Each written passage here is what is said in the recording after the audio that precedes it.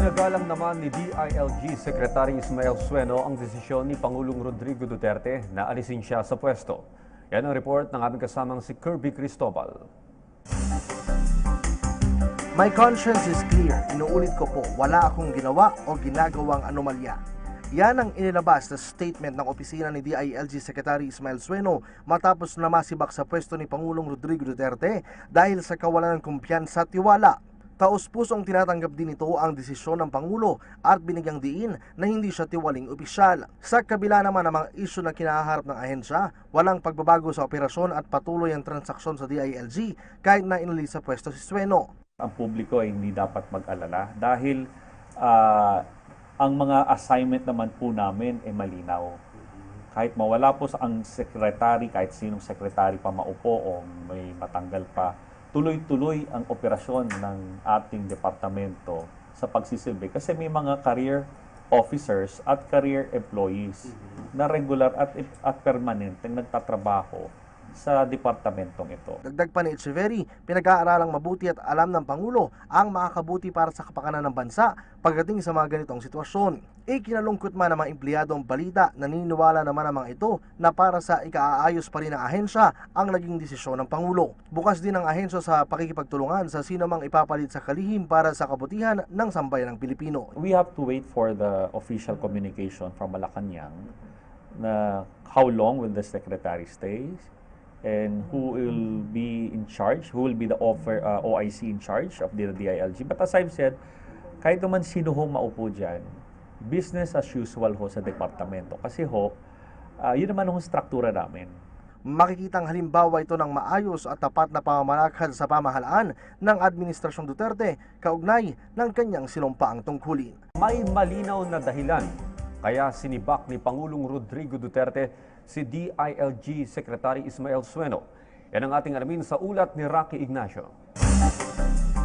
Pagkawala ng tiwala at kumpiyansa ni Pangulong Rodrigo Duterte ang pangunahing dahilan kung bakit nagdesisyon ito na tuluyan ng tanggalin sa pwesto si DILG Secretary Ismael Mike Sueno. Ipinalabas ang desisyon ng Pangulo sa ginawang cabinet meeting kahapon. Well, in fairness, I think we need to just keep it at that level. Up to this stage, that it was basically a loss of confidence, a loss of trust and confidence in the man and the position.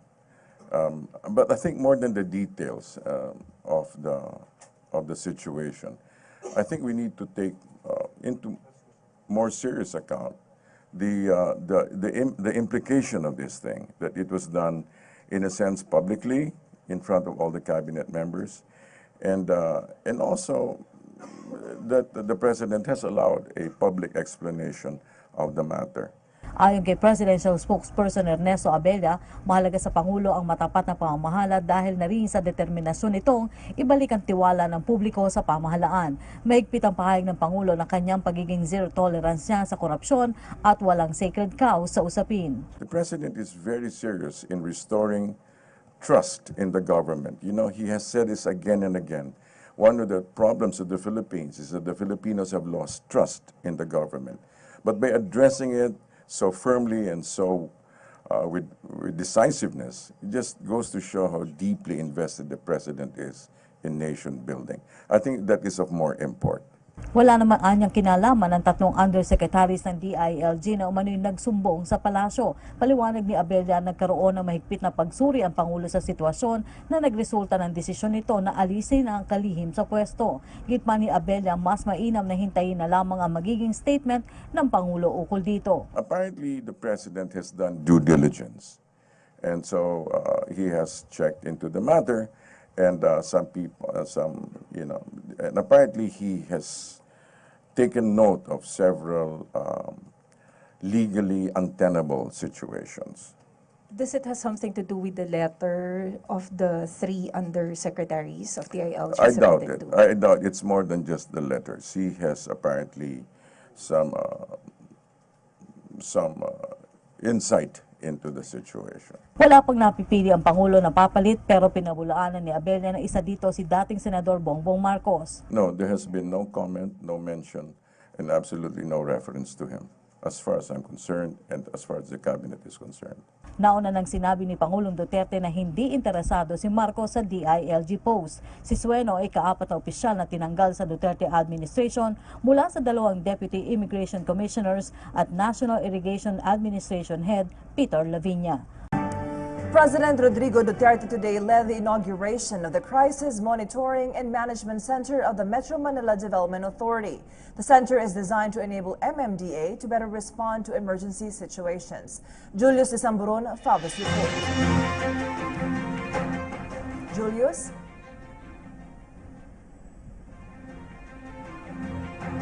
Yes, good evening. President Rodrigo Roa Duterte reiterated the anti-corruption efforts of the government. In his speech during the inauguration of the Metro Manila Crisis Monitoring and Management Center at the MMDA office in Makati City, the president said he is just doing his promise during the election campaign. The chief executive added that he will not let corrupt people rule his administration. In line with this, President Duterte insists that Bureau of Customs officials are banned from opening passenger baggages. Here is President Rodrigo Duterte. Kami, baski ilang dali naming bagahe, lusot-lusot. Pagdating ng OFW, 2, 3, 4, kalkalin pa nila. I have prohibited that. There's no more opening of the bag, no more touching of the bag. Wala nang, wag hawakan ang mga bag ng mga pasero. Pag hinawakan mo, tapos may nakita kang bala, para sa akin, ikaw yun. Walang gagawang Pilipino, no stupid Filipino would dare to travel abroad when he knows that here he's being checked for any explosives. Then when you go in to the terminals, you have another check because they have the customs there. Kaya yan ang pinagbabawal ko lahat, and a host of many other things. In the past, NEDA used to process papers at the rate of 1 year per document. I have ordered the cabinet members to process it in 1 month. And the directors, yung patamad-tamaran, ito yung nawawala sa opisina at paghintay ka. Land registrations, yung mga ganon. Regional director, you cannot simply get hold of them. They do not report to the office or half of the time they are out. So my order is that they have to report the first in the morning and last to leave the office in the evening. And I only give them 2 weeks, 15 days to process the paper. If it's not done, you text 8888 and I will process the papers for you. President Duterte also said that he is not interested in military alliances. On the other hand, he again announced the strong relation with China for trade and commerce. China will also be committed to import Philippine agricultural products. He planned also to talk to Russian President Vladimir Putin for opening markets in Eastern Europe. Also in his speech, the president battled for fairness and balance in media reporting as he again criticized the Inquirer and ABS-CBN network. Meanwhile, the president defended House Speaker Pantaleon Alvarez on the issue of extramarital affairs. President Rodrigo Duterte cited the Muslim blood of the speaker. He then announced that he is still scouting for a talent to head the Department of Interior and Local Government or DILG. On the campaign against illegal drugs, President Duterte once again emphasized that barangay and local government units have an important role to play in this program. Again, here's our dear President, Rodrigo Roa Duterte. And to date, I have lost 32 soldiers and about 29 policemen since we started the operation. In Mindanao, it is fueling the ISIS. What is fueling the ISIS in the Arab countries are the oil. In Mindanao, they're using shabu. And that is why in operation against shabu laboratories, I lose soldiers because their compound, their cooking kitchen there are guarded by 2-3 M60 machine guns, and my soldiers had to, and police, just have to fight it out just like an ordinary shooting war. So, hindi matatapos yun. And I will hit hard. And I told the PNP to reconfigure the men because some of them were into it and a lot of them were, well, I said, if you are a policeman or a military man and you are into this kind of business, you will go first. I will prioritize your death. Yung mga police, lay off, stay off. If you want this country to experience wala ng patayan, or at least minus the dead drug Meanwhile, lords. he recognized the Metro Trap Manila this Crisis above Monitoring now. and Management Center or MMC as mandated to do tasks to immediately address emergency and crisis situations around the metropolis like mass vehicular accidents, foreign explosions, floods, or even transport strike. MMDA is led by Chairman Thomas Orbos. Orbos, on the other hand, presented to the President the resolution of the Metro Manila Mayor supporting government's anti-illegal drugs and corruption drive, and even the proposed shift of the government to federal form, as well as efforts to address the heavy traffic problem in major thoroughfares.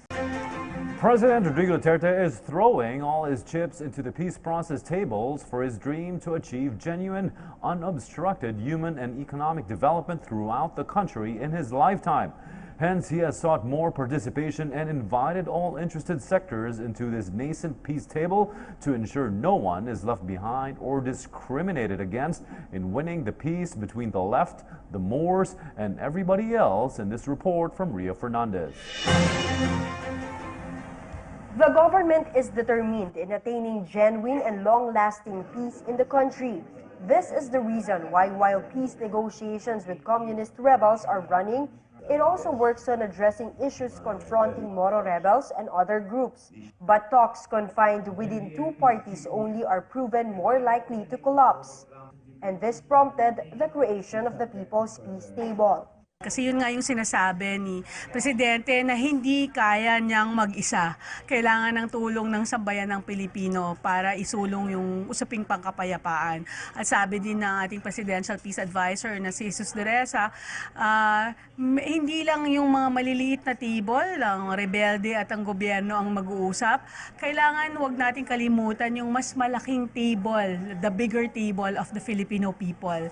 Representatives from each sector have their own ways to know the views and sentiments of their constituents and to encourage them to support the peace process. Like Noli, Siti, and Lilu, who are all focused on the youth. Isa sa mga programs na ginagawa namin is yung sa Kansoranaw program, which means I Am Ranao. In that way, we are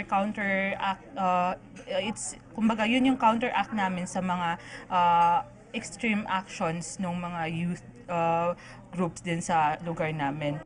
Sinasabi namin lagi sa Mindanao Peace Games yung kalaro, kaibigan at kasama na magsisimula kami bilang magkakalaro. Hopefully na sa paglalaro yon maging kaming magkakaibigan at kung magkaibigan na kayo at lalalim yung relasyon, madali kayong sumama para sa isang adhikain lalo na kung ito'y para sa bansa. The Youth Ambassadors for Peace is actually a partnership with the OPAP, no? Because Rotary starts with young people. No, we develop young people, develop them for leadership in our communities and wherever they are. But however, we want them to be champions for peace as well. Meanwhile, NIDA is helping women in conflict areas, while LC aids those who are jobless and need a livelihood. When I talk to the MNLF women na former combatants talaga in Marawi, recommendation nila, number one recommendation was literacy. Kasi ang dami pa palang mga women sa area nila na hindi marunong magbasa, hindi marunong magsulat. Hindi natin makamit yung kapayapaan kung gutom yung mga tao. So sa cooperative kasi, meron tayong mga livelihood programs, no? At saka yung mga Isa yung pinakamalaking ano doon yung financial cluster, yung sa cooperatives. The information that they gather from the ground are presented on the People's Peace Table. Through this, the government becomes aware of the public's priorities to attain peace. Added benefits such as increased combat pay, loans for a new and better housing program, more sophisticated and up-to-speed weaponry, training and equipment are but some of the promises the president has delivered on and continues to do so for the men and women in uniform. PTV's Rocky Ignacio with more on the auspicious occasion celebrated today by the Philippine Army with its guest of honor in attendance.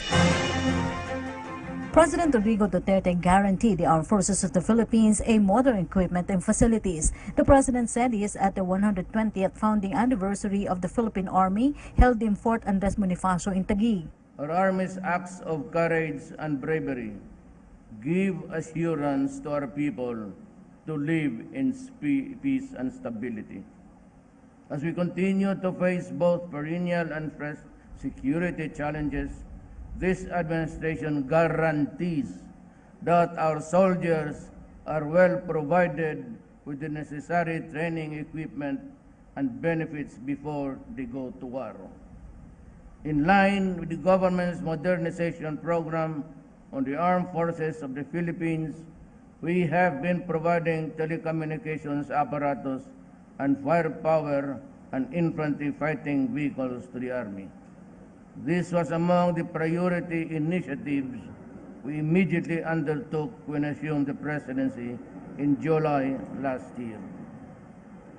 We have allocated almost 6.5 billion pesos for Philippine Army projects under the revised AFP modernization plan, which will be used to procure individual equipment such as rifles, pistol grenade launchers, and force protection armors. Aside from terrorism, the president directed the uniformed men to ensure victory against illegal drugs. As vanguard of peace and security, President Duterte assured additional benefits for soldiers such as an increase in their combat pay from 500 pesos to 3,000 pesos. He also directed the GSIS to study a housing loan for soldiers. Last September, I signed an executive order increasing combat pay to all members of the armed forces from 500 pesos to 3,000 pesos per month. Under combat incentive pay from 150 pesos to 300 pesos per day. This modest increase will definitely help the families while our soldiers are in the battlefield. The Department of Budget and Management is also working on the proposed compensation adjustment to increase the base pay and hazard pay of our military personnel. I have directed the GSIS to study the possibility of having a housing loan program that will complement the soldiers' ability to pay. I believe that the soldiers will be more confident to perform their mandate knowing that their loved ones are secure and well sheltered. Meantime, President Duterte said that the government will no longer demand the group Kadamay to return soldiers' housing units in Bulacan. He said it is not proper to quarrel to people also in need. The president said he will personally look for another housing units nearby for them to transfer in December. Maraming dynamics dyan. Walang tubig, walang at kulang, and hindi maganda pagkagawa. Those were not during my times, but I have asked the National Housing Authority to look for a suitable land at papalitan ko na lang yan on equal numbers. Huwag na lang natin guluhin yung mga tao dyan kasi lumalaban And their only sin is just really mahirap rin sila kagaya natin. So bigyan ko kayo ng mas maganda, mas konting mahal, mas komportable, at mas malaki. Ngayon yung Kadamay, ibigay ko na lang yan sa inyo, paalisin ko na lang, huwag niyong paalisin yung mga sundalo, pati pulis na nandyan na. But eventually, they will be removed and transferred to inyo na mas maganda pa sa inyong inagaw. Para hindi na kayo magagaw. Ayaw ko kasing pilitin ang issue because it would somehow result in bugbugan, mapaluan, and to think that our sin is just talagang mahirap lang tayo. So, I still have the money. Tinanong ko ang NHA, sabi niya, sir, marami pa tayong pera. Yan ang pinakamalaging binuhos ko, agriculture, education, pabahay. Sabi ko, pwede natin ibigay furnace na. O sir, sabi nila, utos mo. Kama lang. Okay na yung kama, furnace na kama. Yun naman kailangan mo. Well, anyway, I said, I'm asking you, kung maaari lang, do not be offended. Take it with an open mind. Ako na mismo, inyong presidente, nakikiusap sa inyo. Let us not wage a fight against our own people. Total, mahirap lang yan sila. Intindihan na lang ninyo. And I will build another housing project for you soonest. And I will intend to complete it by December. The president also appealed to the members of Kadamay not to make trouble with soldiers that will stay in the area while waiting for the new housing program. In the fullness of God's time, maybe by December, pipilitin ko talagang matapos. At doon na lang kayo, huwag na lang kayo makipag-away. Wala rin kwenta eh. Tapos ang pulis, kayo may baril. And you know, something could go awfully wrong. Hayaan na lang natin, basta nakita ng mga Pilipino, that is the behavior of some. But I said, to me, their only sin is just, they are also poor like us. But just the same, I am making you the commitment and I guarantee that you will have yours. Mas maganda. Walang mga problema because I will personally go there to supervise your housing project. And hopefully by December, magdasal lang tayong lahat. That everything goes well and you can transfer to the new house. Forget about that. Yung mga kadamay nandiyan, huwag ninyong galawin ang mga sundalo pati pulis. Kasi pag hindi tuluyan, paalisin ko kayong lahat. Do not create trouble, avoid chaos, and we will try to solve what ails this country. May solusyon na ang pamahalaan sa pagre-resign ng mga kawani ng Bureau of Immigrations dahil sa issue ng overtime pay.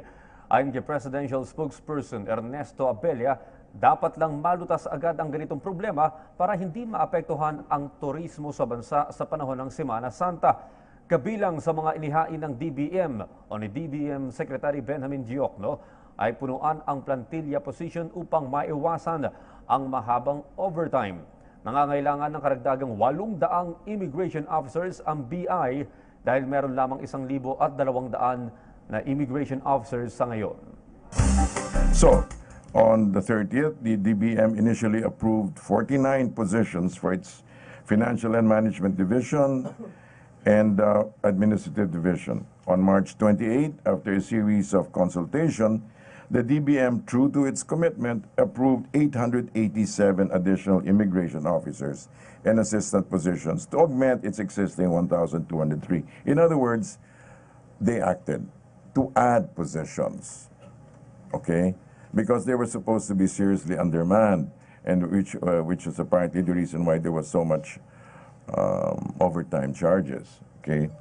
But the creation of new positions will increase the immigration officer and immigration assistant positions by 74% and will require an estimated personal service cost of $381 million on top of the amount of overtime pay included in the miscellaneous personnel benefits. So, in other words, the executive branch is saying, we've already offered you, please act on it. However, up to this point, they have not. Army Chief Lieutenant General Glorioso Miranda assured his command's continuing service to the nation. Also, during the Philippine Army's 120th anniversary, 23 soldiers were honored for their bravery. Eunice Monte has more details. 1 century and 2 decades of serving the people, securing the land. From their traditional fighting skills and equipment to their modernized assets, the Philippine Army has gone a long way. And as they celebrate their 120th anniversary, the event was graced by no other than the Commander-in-Chief and President Rodrigo Duterte. Also present were National Defense Secretary Delfin Lorenzana, AFP Chief of Staff General Eduardo Año, Army Commander Lieutenant General Glorioso Miranda, and other high-ranking officials of the Philippine Army. According to the Philippine Army Commander Lieutenant General Glorioso Miranda, the public can expect a more strengthened army in support of President Duterte's administration. Sa patuloy na paglilingkod ng iyong hukbong katihan sa mga darating na taon, asahan po ninyo na hindi lamang kaming nananatiling tagapagtanggol ng inyong kalayaan at kaligtasan, kundi katuwang din ninyo sa pagkamit ng magandang kinabukasan. And as a simple act of gratitude to the unwavering support of the President to the soldiers, the Philippine Army gave a uniform and a Soldier's Canteen Cup to President Rodrigo Duterte. The Philippine Army also gave rewards to 23 individuals who rendered outstanding public service, a big boost to the morale of the armed forces. Sobra-sobra na yung suporta, biro mo. Makakita ka na, Presidente, na lahat ng nasusugatan namin sa battlefield, pinupunta niya. Talagang yung mga namatay namin, nandun siya eh. And when asked about the greatest accomplishment of the Philippine Army, according to Colonel Howe, it is the transformation of Army over the years. Yung sundalo natin ngayon, ibang-iba na eh. Talagang well-equipped, medyo meron siyang mga gamit. Compared sa sundalo noon, mga naka-rayadilyo lang, kabayo, ito yung barrel Mauser ngayon, naka-arpor na. The transformation ang nakikita kong pinakamalaki accomplishment ng Philippine Army. But at the same time, yung role namin sa nation building, we've been doing a lot of HADR, humanitarian assistance during disasters. Meanwhile, the Philippine Army is expecting to receive additional body protection equipment, Kevlar body armor, and additional Army helicopters as they seek to accomplish the Army Transformation Roadmap to 2020.